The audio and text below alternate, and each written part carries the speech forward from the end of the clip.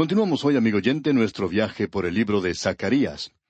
Ya hemos visto en nuestro estudio que Zacarías es el profeta de la esperanza, y hay muchos expositores bíblicos que nos señalan esto. Su nombre en realidad significa «El Señor recordó». Es muy interesante que su voz es una de las últimas voces del Antiguo Testamento que habla a favor de Dios. Y el Nuevo Testamento comienza con el ángel apareciéndose a un hombre llamado Zacarías, el esposo de Elisabet, quien fue la madre de Juan el Bautista. Por tanto, diríamos que este nombre de Zacarías, o el Señor recordó, es muy significativo, y este hombre aquí es el profeta de la esperanza. Pero también se nos ha destacado el hecho de que él no solo es un profeta de esperanza, porque también puede haber una esperanza falsa. Eso es lo que habían hecho los falsos profetas. Le habían dado una esperanza falsa a la gente. Por tanto, debemos decir que este hombre también es un profeta de la verdad. Él ha enfatizado este asunto de la verdad, y por tanto, este capítulo 11 de Zacarías, en el cual comenzamos nuestro estudio en el programa anterior, nos lleva al período del Imperio Romano. Y durante ese período, y aún antes, habría un período considerado mucho más tenebroso que el período macabeo. En efecto, hemos apreciado que en el versículo 4 de este capítulo 11 dice, «Así ha dicho Jehová mi Dios, apacienta las ovejas de la matanza». Es decir, estas ovejas son aquellos que pertenecen al remanente que ha regresado a la tierra. ¿Para qué han regresado? Bueno, el cuadro que se nos presenta no es muy atractivo que digamos. Temporalmente habrá una gran bendición material y de otras maneras. Pero del occidente se acerca otro conquistador. Primero viene Alejandro Magno. Luego vendrán los romanos. Y esta gente probablemente sufrirá más de lo que han sufrido hasta el momento en que sufrieron bajo el poder de los nazis. Ahora, el versículo 7 comienza diciendo, «Apacenté pues las ovejas de la matanza». Y aquí tenemos esta expresión nuevamente. Lo que se nos presenta aquí es algo muy difícil de interpretar, por cierto. Y hay opiniones divididas en cuanto a esto. Ahora, ¿se convirtió en realidad el profeta Zacarías en pastor en esa época? Porque uno puede leer en este versículo 7, «Apacenté pues las ovejas de la matanza», esto es, a los pobres del rebaño. Y esto es en referencia a ese pequeño grupo de entre las 12 tribus que regresaron. Ahora el versículo 7 completo nos dice, «Apacenté pues las ovejas de la matanza, esto es, a los pobres del rebaño. Y tomé para mí 2 callados. Al uno puse por nombre Gracia, y al otro Ataduras, y apacenté las ovejas». Esto que tenemos aquí es muy interesante, por cierto. ¿Hizo Zacarías esto en realidad? ¿Llevó a cabo eso? ¿O tenemos aquí una parábola? Bueno, amigo oyente, opinamos que él hizo esto, que es una parábola en acción. Usted podrá apreciar que hubo otros profetas que hicieron eso anteriormente. Ya hemos visto que Ezequiel hizo eso. Usted recuerda que él se fue y se encerró dentro de una casa y que luego salió haciendo una zanja. Y él salió a la calle de esa manera. Ahora quizá usted esté acostumbrado a ver en su propia ciudad que se hagan zanjas en la calle. Bueno, algo así en esa época era fuera de lo común. Y pensamos que también podría ser fuera de lo común en nuestros días, si algunas personas se encerraran en sus casas y luego tuvieran que cavar zanjas para salir a la calle. Pues bien, Ezequiel hizo eso. Y él tenía un mensaje que dar cuando salió a la calle, y por supuesto que allí tenía una gran muchedumbre. Una acción así reunía o juntaba a mucha gente. Y pensamos que Zacarías para este remanente hizo la misma cosa. Ahora aquí se nos habla de 2 callados. A uno de ellos, Zacarías le llama Gracia, y nos estamos refiriendo al cayado del pastor. Ese es el cayado que el pastor usa para mantener en línea a las ovejas. Si comenzaban a apartarse, él solo tenía que utilizar ese cayado para hacerlas regresar a la manada. También se usaba si se encontraban en peligro, y nos habla de la gracia. Al otro se le llama ataduras.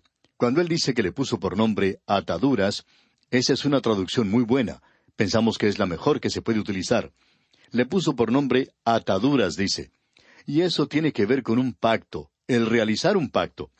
Esto nos habla de una vara común que utilizaba el pastor. Era una vara bastante gruesa. No era similar al cayado que él también llevaba, sino que era algo bastante pesado. Y él utilizaba esto para luchar en contra de los animales. Usted recuerda que David había dicho que cuando él era un muchacho pastor, y era atacado por un león, él luchaba contra el león. Cuando se acercaba algún oso, él también luchaba contra el oso. Así es que un pastor constantemente tendría que enfrentarse contra animales salvajes y aún con seres humanos que trataban de robar las ovejas. Y a él no le molestaba utilizar esta clase de vara. Así es que aquí tenemos entonces a la gracia y a ataduras. O podríamos llamarla pactos. Luego Zacarías dice, y apacenté las ovejas. Y pensamos que él hizo eso literalmente. Y en el versículo 8 comienza diciendo, y destruí a 3 pastores en un mes. Y pensamos que se refiere aquí a los profetas falsos. Los versículos 8 y 9 de este capítulo 11 de Zacarías nos dicen, y destruí a 3 pastores en un mes, pues mi alma se impacientó contra ellos, y también el alma de ellos me aborreció a mí. Y dije, no os apacentaré. La que muriere, que muera, y la que se perdiere, que se pierda, y las que quedaren, que cada una coma la carne de su compañera. Ya veremos esto más adelante cuando estudiemos el libro de Malaquías. De paso digamos que esa es una profecía tremenda, donde este profeta habla mucho de aquello que es falso. Y amigo oyente, en aquel día, alguna persona, digamos, un hombre avaro, tacaño, que no quería utilizar lo que tenía, que no quería ni siquiera dar un diezmo o entregar animales para ser sacrificados, este hombre tiene un animal, digamos, un toro, un becerro enfermo, así es que le dice a sus hijos que lleven ese animal al templo y que le den muerte y lo presenten como un sacrificio. Y la gente decía, bueno, mire, él ha entregado uno de sus mejores animales como sacrificio. Sí, él dio uno de sus animales, pero era uno de los animales enfermos. Y amigo oyente, esa es la clase de cosa de la que Dios va a hacer que el profeta Malaquías hable, para que le diga a esta gente que esto también le enferma a él, el que ellos ofrezcan esa clase de sacrificio. Y Dios no puede aceptar esa clase de cosas. Ahora lo que él está diciendo aquí es, la que muriere, que muera. Es decir, que no se deben apresurar a dar muerte a un animal así y utilizarlo de esa manera, porque eso es algo que no está bien. O sea que Él está haciéndoles un llamado para que vuelvan a ser honrados y para que sean personas honestas en la forma de tratar. Y luego en el versículo 10 de este capítulo 11 de Zacarías leemos, Tomé luego mi cayado gracia y lo quebré para romper mi pacto que concerté con todos los pueblos. Podemos apreciar aquí que Zacarías ha tomado este cayado llamado gracia y lo quita. Amigo oyente, Dios ha hecho un pacto con su pueblo de que Él les iba a bendecir, les iba a colocar en esa tierra y que les iba a proteger. Pero ellos le han desobedecido tanto que Él ha tenido que hacer, por medio de su gracia, aquello que Él nos presentó de una manera muy clara en el capítulo 10, versículo 6 de este libro de Zacarías, donde dice, Porque yo fortaleceré la casa de Judá, y guardaré la casa de José, y los haré volver, porque de ellos tendré piedad, y serán como si no los hubiera desechado, porque yo soy Jehová su Dios, y los oiré. Ahora Dios estaba haciendo lo que iba a hacer, no porque ellos fueran dignos, porque no lo eran, no porque fueran obedientes, porque tampoco lo eran. En realidad eran desobedientes. Ahora llegaría un momento cuando Dios quitaría ese pacto, es decir, que Él ya no trataría con ellos en gracia, Él no mostraría más su gracia para con ellos. Y en el versículo 11 de este capítulo 11 de Zacarías leemos, Y fue deshecho en ese día, y así conocieron los pobres del rebaño que miraban a mí, que era palabra de Jehová. Los pobres del rebaño es el remanente que en realidad obedeció a Dios, que creyó en la palabra de Dios. Y amigo oyente, eso es lo más fundamental, lo más primordial y aquello que tiene el primer lugar para el creyente, y es el creer en la palabra de Dios. Eso es primordial, eso es esencial. Si usted no cree que la Biblia es la palabra de Dios, entonces, amigo oyente, usted no está listo, no está preparado para comenzar, porque eso tiene que ser establecido primero. Esto es lo que se debe estudiar. Así es que estas personas sabían que estas eran palabras del Señor, pero simplemente no las creyeron. Ellos sabían que era la palabra del Señor. Y creemos que esto es lo que Dios le da a aquellos que comienzan, digamos, un poco escépticos, que quizá encuentran ciertas cosas un poquito difíciles de creer en la Biblia. Y amigo oyente, creemos que esa es la manera de hacerlo. Sabemos que esa es la manera de hacerlo porque así es como vinimos nosotros. Y ahora hemos llegado al punto donde no solamente creemos que es la palabra de Dios, sino que sabemos que es la palabra de Dios. Y esa es la razón por la cual no perdemos tiempo predicando sermones. Reconocemos que la mayoría de los sermones es algo que hace falta, y le damos las gracias al Señor por los jóvenes predicadores que trabajan en esa área. Nosotros también dedicamos algún tiempo para probar que la Biblia era cierta, pero creemos que en muchas formas eso es tiempo perdido. Ahora predicamos sabiendo que es la palabra de Dios. Es como esa historia que quizá ya hemos contado aquí, que fue relatada por el doctor Roberto Schuller, un gran predicador metodista. Él utilizaba esto como una ilustración, y él dijo, si uno tiene a un león dentro de una jaula, y lo tiene en su propia casa, uno no necesita un guardián para que cuide la puerta de la jaula del león, para protegerlo del gatito del vecino. No hay ninguna necesidad de hacer eso. Todo lo que uno necesita hacer es abrir la puerta de la jaula, y el león se cuidará por sí solo. Y hemos tratado de seguir esa ilustración que creemos es una gran ilustración. Tratamos de abrir la puerta de la palabra de Dios y dejar que ella se cuide a sí misma. Estamos seguros que puede hacer eso. No es necesario que usted proteja la Biblia de los gatitos que están en el vecindario. Usted solamente tiene que dejar salir la palabra de Dios. Ahora este remanente creía que esta era la palabra del Señor. Pero venía uno en su linaje, alguien que iba a ser su Mesías. Y en su mayoría, ellos iban a rechazarle. Solo un remanente muy pequeño le recibiría cuando él viniera. Y por eso, la nación iba a ser juzgada y enviada a la cautividad. Veamos ahora lo que él dice aquí en el versículo 12 de este capítulo 11 de Zacarías. Y les dije, si os parece bien, dadme mi salario, y si no, dejadlo. Y pesaron por mi salario 30 piezas de plata. Es muy interesante que ellos no querían pagar mucho. Nos preguntamos si Judas tuvo alguna dificultad en llegar a un acuerdo en el precio, porque aquí se nos dice, y pesaron por mi salario 30 piezas de plata. Esto es algo muy destacado aquí porque estamos tratando con un pasaje de las Escrituras que ha sido cumplido literalmente y de una forma muy sobresaliente, por cierto. Y queremos que usted vea esto, amigo oyente.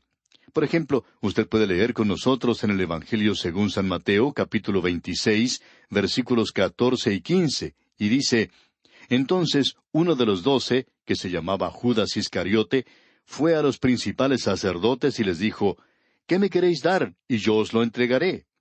Y ellos le asignaron 30 piezas de plata. ¿No le parece muy interesante, amigo oyente? Usted puede apreciar lo que Zacarías está mencionando aquí. Ahora, si usted lee lo que dice el capítulo 27 de Mateo, encontrará algo muy interesante aquí en los versículos 9 y 10. Permítame leerlos. Así se cumplió lo dicho por el profeta Jeremías cuando dijo, y tomaron las 30 piezas de plata, precio del apreciado, según precio puesto por los hijos de Israel, y las dieron para el campo del alfarero, como me ordenó el Señor. Ahora, Jeremías tenía mucho que decir en cuanto al campo del alfarero. Eso lo vemos en los capítulos 18 y 19 de Jeremías. Ahora, volviendo al capítulo 11 de Zacarías, leemos en el versículo 13 que dice, y me dijo Jehová, échalo al tesoro, hermoso precio con que me han apreciado. Y tomé las 30 piezas de plata y las eché en la casa de Jehová al tesoro. Usted puede notar la expresión presentada aquí en este versículo que dice, hermoso precio con que me han apreciado. Quizá usted ha oído la expresión, bueno, ese precio es hermoso por tal y tal artículo. Y aquí dice, hermoso precio con que me han apreciado. A ellos, él no les interesaba mucho. 30 piezas de plata. Ellos pagaron muy poco por el Señor Jesús.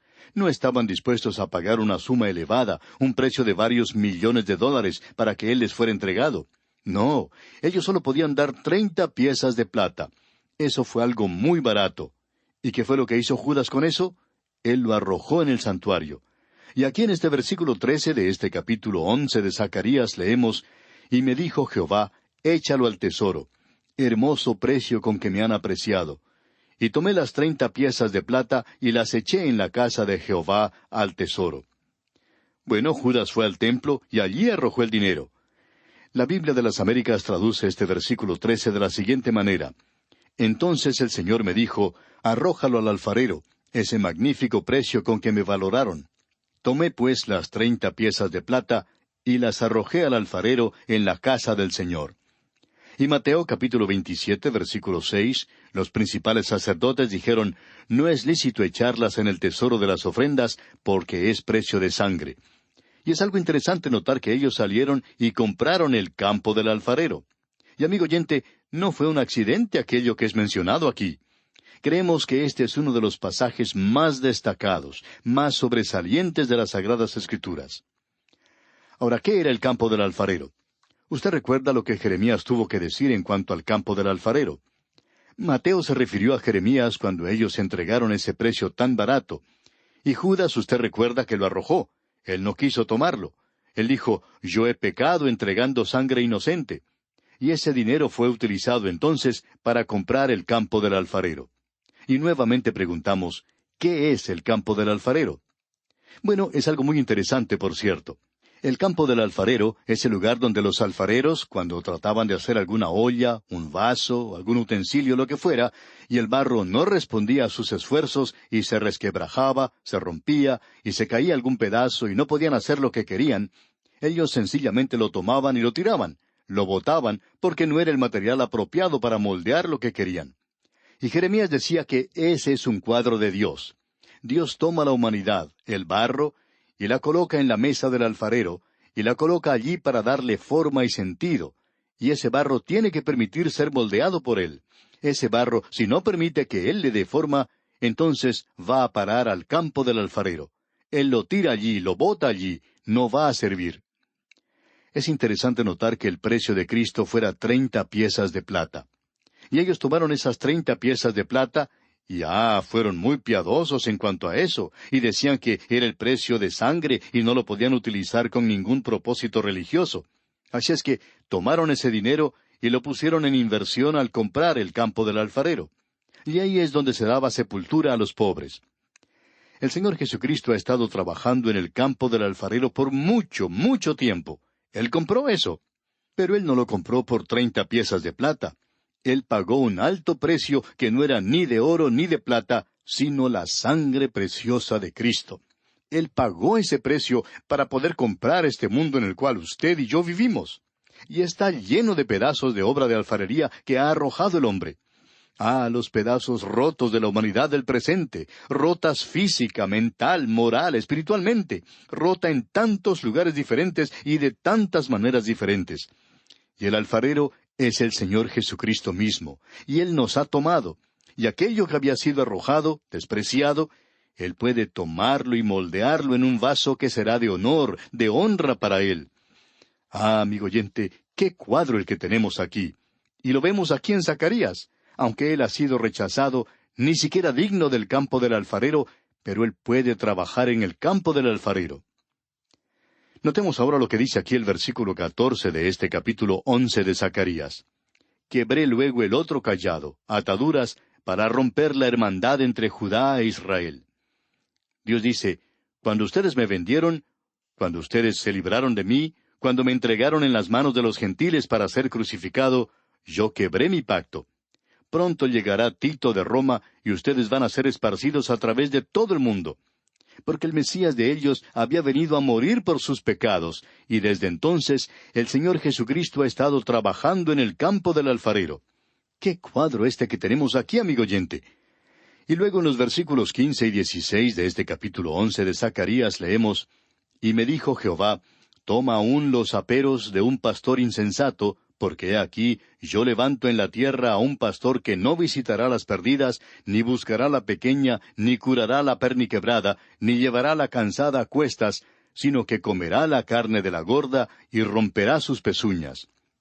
Este es un cuadro del anticristo que vendrá. Y romperá sus pezuñas, indicando que todo lo que él hace será para sí mismo.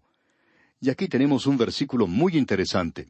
Vamos a ver esto, Dios mediante, en nuestro próximo programa para analizarlo más detenidamente. Pero el versículo 17, el versículo final de este capítulo 11 de Zacarías, dice, «Ay del pastor inútil que abandona el ganado.